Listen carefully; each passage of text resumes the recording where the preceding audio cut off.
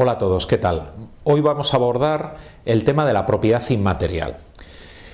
Yo puedo ser propietario de algo físico, como un coche, una casa, un bolígrafo, un ordenador, o puedo ser también propietario de cosas que no puedo tocar. El concepto de propiedad ha evolucionado mucho en los últimos años y realmente hoy en día no cabe hablar de una propiedad absoluta, sino que cabe hablar más bien de derechos de uso sobre aquello de lo que somos propietarios. ¿Qué es esto de la propiedad inmaterial? Bueno, en primer lugar, tenemos dos ámbitos que tenemos que diferenciar dentro de la propiedad inmaterial. Es una propiedad realmente nueva, a partir del siglo XVI, XV, XVI, XVII. Ahí tenemos las primeras leyes que reconocen derechos y reconocen una propiedad, derechos de uso, de exclusividad sobre determinados bienes inmateriales. Hoy en día podemos hablar de dos propiedades inmateriales distintas. Por un lado, la propiedad industrial. ¿Qué es la propiedad industrial? Bueno, la propiedad industrial, ahí tenemos lo que sería marcas y patentes fundamentalmente, para entendernos. Es una propiedad que tiene como característica, en primer lugar, que necesita ser registrada. Es decir, yo no puedo tener los derechos de exclusiva sobre una invención o los derechos de exclusiva sobre el uso de una denominación, de una marca, si yo previamente no la he registrado en un registro oficial. En segundo lugar, se caracteriza también porque es una propiedad territorial, es decir, yo solo soy propietario de una marca o de una patente en un territorio concreto, fundamentalmente en un país concreto o en una región concreta, es decir, allí donde la he registrado, donde la he patentado. Por tanto, si yo quiero ser, digamos, tener una marca a nivel mundial, tendré que irme ocupando de ir registrando en todos y cada uno de los países lo que es esa marca. Y lo mismo en una patente. La última característica que tiene la propiedad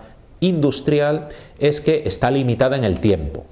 Es decir, yo cuando registro una marca solo se me permite el derecho de uso exclusivo de esa marca durante 10 años, serían 10 años renovables. Cuestión distinta es el tema de patentes. Una patente, yo obtengo el derecho de patente durante 20 años. Una vez llega a los 20 años, la invención ya es de dominio público. No tengo posibilidad de volver a renovar esos 20 años. Ahora vamos a hablar de la propiedad intelectual, que es el otro tipo de propiedad inmaterial.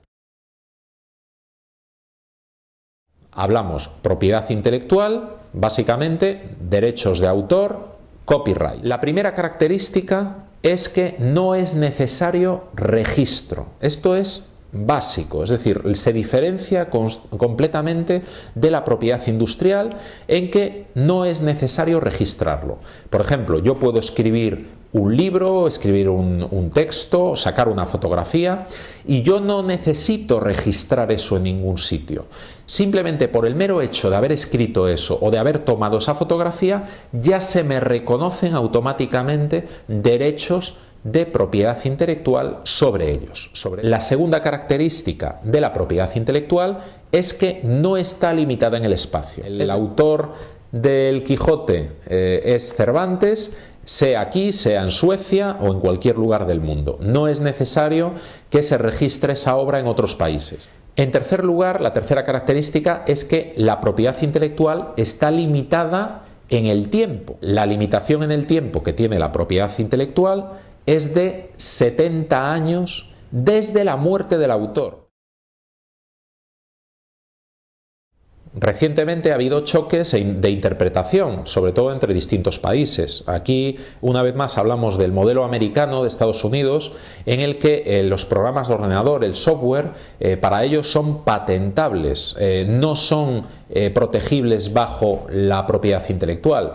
En España y en Europa continental se reconoce como creaciones, como obras de propiedad intelectual. Por tanto, un programa de ordenador se beneficia de todas las características que veíamos anteriormente. Es decir, no es necesario registrarlo, no es, digamos, necesario patentarlo en varios países, la aplicación es inmediata y a nivel mundial, y en tercer lugar está protegido hasta 70 años después de la muerte de su autor o de su comercialización en el caso de que su autor sea una empresa. Por tanto, el régimen de propiedad intelectual que tenemos en Europa es muy beneficioso para los creadores, para los desarrolladores.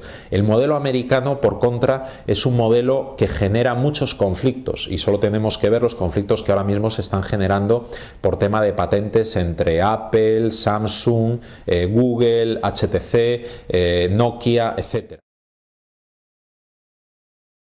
Nada más, ponerme nuevamente a vuestra disposición para que sigáis, pues de alguna manera, sugiriendo temas o cuestiones que os parezcan interesantes, que podamos comentar aquí. Y nada, espero veros en la siguiente edición de este videoblog. De momento, mantenemos el experimento. Muchas gracias y hasta la próxima.